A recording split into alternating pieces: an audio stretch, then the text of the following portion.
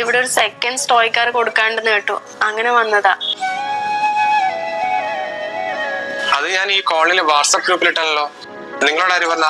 അത് ഞാൻ ഇവിടുത്തെ മാധവേട്ടന്റെ വീട്ടിലാ ജോലി ചെയ്യുന്നത്, അവരാ പറഞ്ഞത്. അത് മോൻ വെറുതെ വാശി പിടിച്ച് മേടിച്ചു കൊടുത്താ. ആകെ ഒരു മാസം ഓടിച്ചുള്ളൂ. പിന്നെ കണ്ടാണ് വെറുതെ ഇട്ടിരിക്കാം.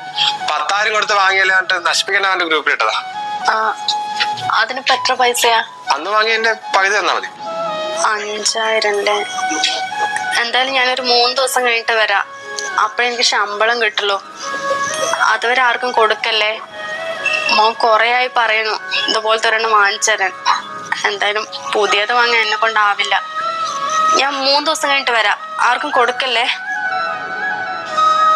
അതെ, ഒരു ഓട്ടോറിക്ഷ വന്നിട്ട് അതിപ്പോ തന്നെ കൊണ്ടുപോയിക്കോട്ടോ. വേണ്ട, എന്റെ ശമ്പളം കിട്ടിയെങ്കിൽ 3 ദിവസം കഴിയും. അപ്പൊ ഞാൻ കൊണ്ടുപോവാ. പൈസ ഒന്നും വേണ്ട, അത് കൊണ്ടുപോയിക്കോളൂ. അയ്യോ, അത് വേണ്ട. പണ്ട് സ്കൂളിൽ പഠിക്കുമ്പോ ഞാൻ ഒരു ബാഗ് വേണം പറഞ്ഞ വാശി പിടിച്ചേ അമ്മയോട് കരഞ്ഞിട്ടുണ്ടായിരുന്നു. അന്നേരം എന്റെ അമ്മന്റെ മുഖത്ത് കണ്ട അതേ ടെൻഷനാ ഞാൻ ഇപ്പൊ നിങ്ങളുടെ മുഖത്തും കാണുന്നത്. അത് ഞാൻ എടുത്ത് പുറത്തേക്കാം. എപ്പോ വേണം ഒന്ന് കൊണ്ടുപോയിക്കോളൂ.